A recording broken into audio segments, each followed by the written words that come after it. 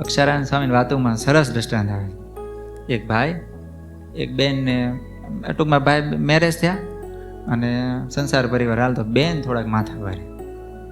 હા, અને માથા ભારે એટલે આમ ખબર નહીં હવે એના વારસાગતમાં જ આવેલું છે. એટલે આમ બોલવામાં સીધું જીભ ઉપર છે ને આમ કંઈક કડવાહટ જ આવેલી ગયેલી પહેલેથી. એમ જીભમાં સ્લોટ હોય. તમે આમ જીભનો તમે નકશો જોવો ને અંદર, એમાં સ્લોટ હોય કે એક ભાગ ઉપર જાય ને ત્યાં ગળું લાગે. એવા 6 સ્લોટ હોય જીભમાં, 6 કે 8. પછી તીખું લાગે એના સ્લોટ હોય. એમાં કડવાવાળો સ્લોટ હતો ને એ માડીને થોડોક લાંબો હતો. એટલે ભાષા નીકળે એ એવી જ નીકળે. એટલે એ માપ જ ન રહે. અને ભગવાને એવું કરેલું, એ ભાઈને એટલા બધા ધીર ગંભીર બનાવેલા. એ જોડકું ખબર નહીં એમ સેટ થઈ ગયેલું. ઓલા ગમે એવા વેણ મારે ને તો ભાઈ કોઈ દિવસ કાંઈ નહીં, કશું જ નહીં. અને થયું એવું, બેનને એવું લાગ્યું કે આ ભાઈ હાવ ભોપાલાલ છે, એટલે મારે એને ભેગું રહેવું નથી. અને હું તો આમ ભણેલી ગળીને ગ્રેજ્યુએટ છું, આવા અભણેરે શું રહેવાનું. આપણે હવે આને વિધિ કરી નાખું પહેલાં, અને પછી બીજે ઠઠાડવી આમ.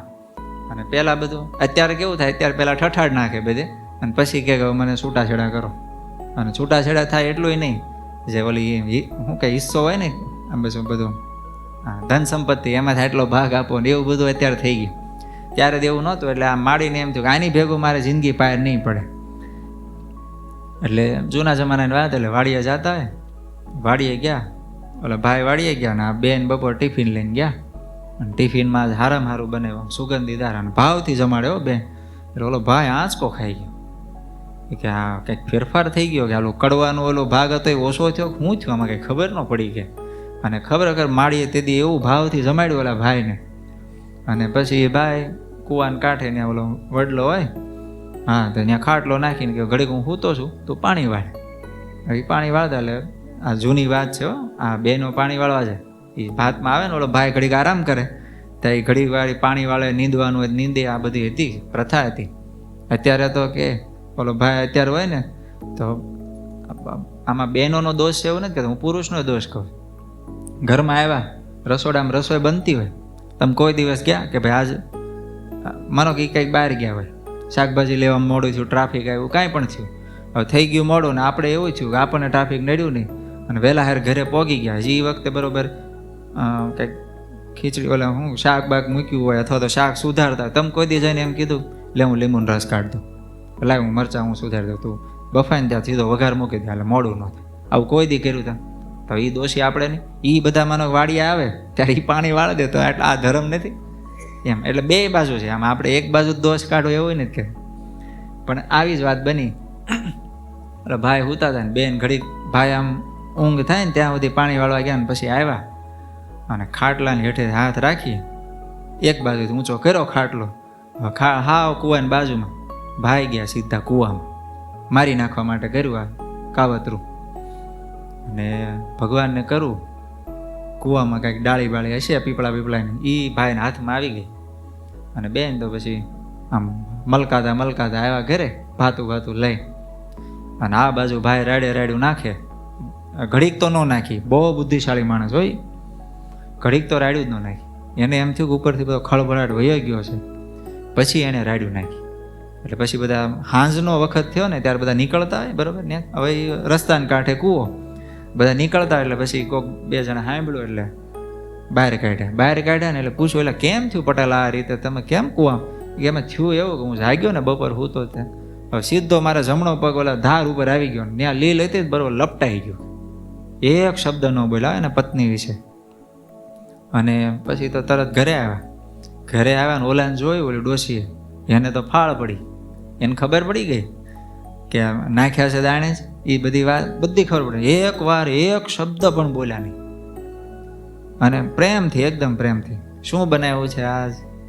ઓલે ક્યાંય બનાવેલું નહીં, એને હાટું જ બનાવેલું. અને એને હાટું બનાવી કંઈ મોડું બનાવે કાંઈ? એટલે એણે કીધું લાપસી બનાવી. સારું લ્યો થોડીક આપો. થોડીક લાપસી ખાય શાંતિ પટેલ સૂઈ ગયા. અને પછી તો સમય ઉપર સમય પસાર થયો. પછી તેને 4 દીકરા થયા. પછી તો ધીમે ધીમે મોટા થયા, છોકરા પરણ્યા.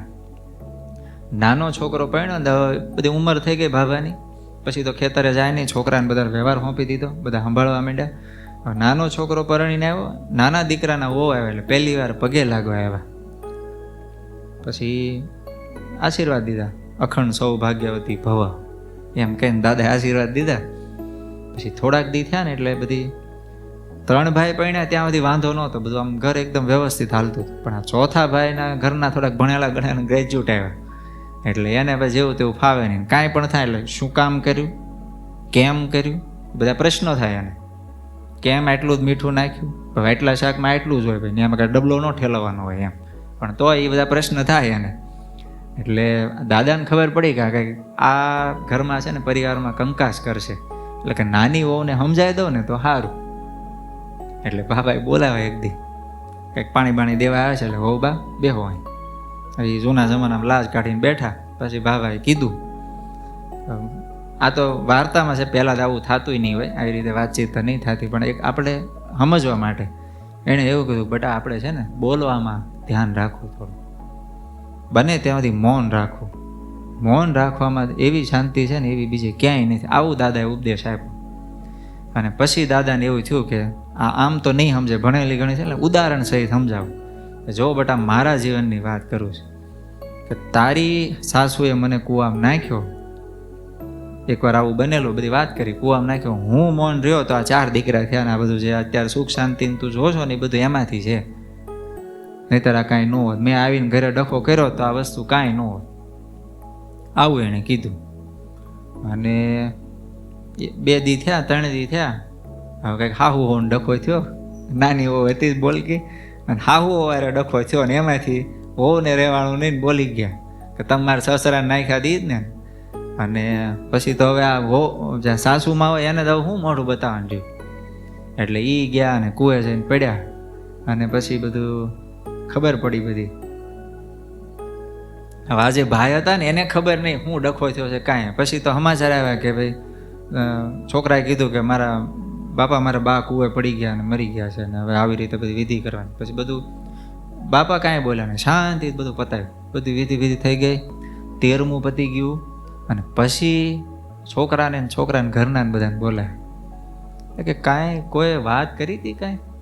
પછી એને એટલે બધા એ સમૂહમાં હતા એટલે બધા કીધું ના અમારે તો કાંઈ સાસુમાં કાંઈ બહુ સારું જ હતું, કાંઈ પ્રશ્ન જ નહોતો.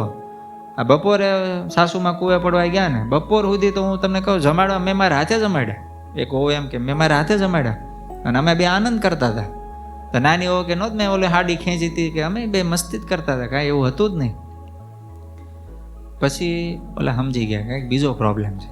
એટલે પછી જાહેરમાં કોઈ ન કીધું. પછી નાની હોવ હતી ને એને કીધું કે બેટા તું ઓલી રૂમમાં ઘડી આવજે ને, કામ છે થોડું. પછી એને પૂછ્યું તમે કાંઈ કીધું હતું? મેં કાંઈ કીધું નહોતું, ખાલી એટલું કીધું હતું કે મારા સસરાને હું કામ કૂવામાં નાખી દીધા. એ કે તમે વાત કરી દીધી ને તમે કે કૂવામાં નાખ્યા, તમારી જીભને ઠેકાણું રાખો ને કે પછી મને કે કરો આ નથી ખબર પડતી ને ઓલું નથી ખબર પડતી. એટલું મેં કીધું, બીજું કાંઈ નહોતું કીધું. એમ તમે મારા સસરાને કૂવામાં નાખી દીધા એ જ તમે ને, આટલું કીધું જ મેં, બીજું કાંઈ નથી કીધું. સારું બોલો ભાઈ કાંઈ બોલો જ એ કે જ્યાં જે કહેવાતું હોય ત્યાં જ કહેવાય. બસ આ વસ્તુ. હવે એ બોલવામાં ધ્યાન રાખવું, ક્યાં કેટલું કેમ કેવી રીતે કેવું બોલવું, એ બધું જ આ કથા વાર્તા સંતોના યોગથી મળે, એમાંથી આ બધું શીખાય. અને એ વસ્તુ છે ને જિંદગીભર આપણને કામ લાગે.